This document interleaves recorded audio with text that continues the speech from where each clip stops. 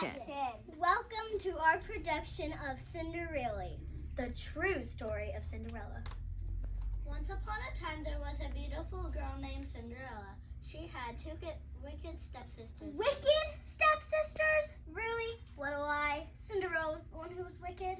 And saying Cinderella was beautiful isn't even fair. She got a magical makeover from her fairy godmother. If you want to know the true story of Cinderella, then listen up, because this is what really happened. It was the day of the prince's grand ball, and Cinderella was eating breakfast with her kind stepmother and her two lovely stepsisters in a stage-run Drizella. Would you please pass that tea? No, I'm a potato. Cinderella, would you help me clean Oliver and Orville's cage this morning? Are you kidding me, Anastasia? I'm not just in guinea pig poo. You know I can't say they're oversized rodent fluff balls. Cinderella, I have to weed the pumpkin patch before I get ready for the prince's grand ball. Would you mind lending me a hand after lunch? No, can't do, Drizella. I'm so clutch my outfit. No matter how nice Cinderella's stepmother and stepsisters tried to be, no matter how reasonable her request, Cinderella only cared about one thing. Herself! I've been shopping for almost 24 hours and I don't have anything to wear to the ball. Now, sweetie, it can't be that bad. What about your white dress with silver sequins? I wore that to Cinderella's birthday party 3 years ago. And what about the pink gown with ruffles and laces? Ruffles and laces are totally last week. Don't you have any fashion sense? Well, There was a flashlight, a crackle of noise. a billowing burst of gray smoke. A short white-haired woman in a sparkling blue pantsuit appeared in the middle of the dining room table. Bibbity bobbity boo, what do you need me to do? Who in the world are you? Cinderella's fairy godmother. Of course, that you recognize my wand. Who cares about your wand? You ruined my breakfast. The fairy godmother looked down. Sure enough, the pointy toe of one shoe had stabbed through Cinderella's butter toast.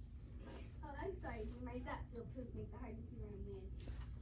Cinderella rolled her eyes and snatched a slice of toast from Drizella's plate. Whatever, just don't let it happen again. I'll get to work. I need a dress. The fairy godmother waved her wand. A piece of the sky came down. It wove itself around Cinderella, formed a high-waisted pale blue gown. Do you expect me to go barefoot? Two thin streams of water flowed from the fountain in the courtyard. Like crystal clear glass slippers suddenly appeared on Cinderella's dainty feet. How do you expect me to get to the ball? I can't even walk in these things. Bibbity bobbity boo, all this stuff is for you. Sebastian! Within a few magical minutes, Cinderella was ready for the grand ball. However, her stepmother and stepsisters weren't too happy about some of the fairy godmother's decisions. That was my best pumpkin for the county fair, and you turned it into a coach. My guinea pigs! They're giant, fuzzy horses. I don't know where the oval-headed coach driver with the white helmet came from, but has anyone seen my hard-boiled egg? Cinderella had nothing left to do. She spent the rest of her day lounging around the house while her stepsisters cleaned the guinea pig's cage, pulled the weeds in the pumpkin patch, and did dozens of other chores. That evening, Cinderella climbed into her pumpkin coach. She didn't bother her offering her exhausted stepsisters a ride. But... Just as the coach was about to pull away from the house, Cinderella's fairy godmother reappeared like a rabbit from a magician's hat. Oh, Cinderella, dearie, sorry to bother you, but I nearly forgot. The magical makeover ends at midnight. Be sure to leave the ball before the clock strikes 12. Guinea pigs get kind of moody after being turned into horses. Duh, I know horses can't tell time. I'm like stupid, you know. And with that, the coach rattled away, dust billowing up from the palace as the guinea pig horses pounded towards the palace. As the coach faded from sight, the fairy godmother shook her head and disappeared in a puff of smoke. Cinderella's stepmother turned to Anastasia and Drizella. Could you girls keep an eye on Cinderella at the ball? I'm not so sure she paid attention to the spell at that midnight thing. Sure, Mom, we can help. And Cinderella's stepsisters began the long, dusty track to the princess palace. Of course, you know all about the grand ball. As soon as Cinderella arrived, the prince was smitten and asked her to dance.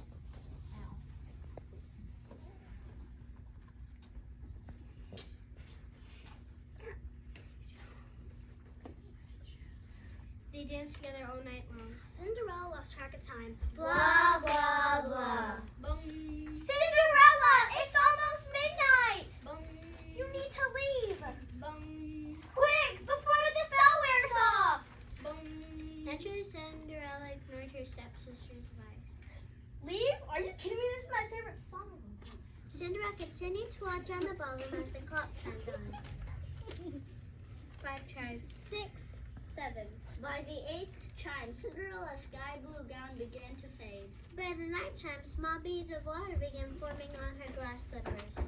By the 10th chime, What is going? Ow! Guinea pig.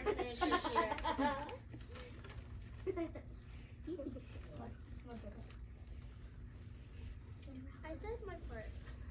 Okay, I guess I'll just say it. 2 angry guinea pigs scramped up the prince's suit and chomped out on his round nose like a pair of miniature T-Rexes. No! Run, Cinderella, run! On the 11th chime, Cinderella sprinted from the ballroom. The prince followed after her, tugging a guinea pig from the Cinderella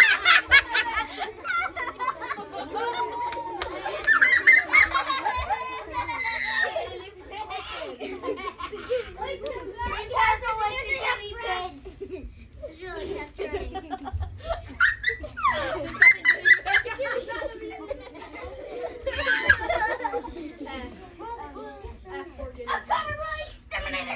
As Cinderella stumbled down the palace stairs, one of the glass slippers dropped from her foot. She didn't stop.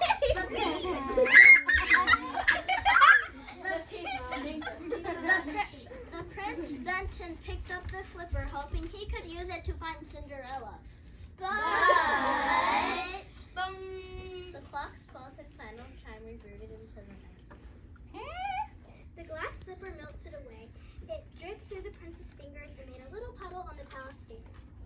The last thing the prince saw was Cinderella running barefoot down the dusty road, dashing past a large pumpkin and a hard-boiled egg. 2 sweetest squealing guinea pigs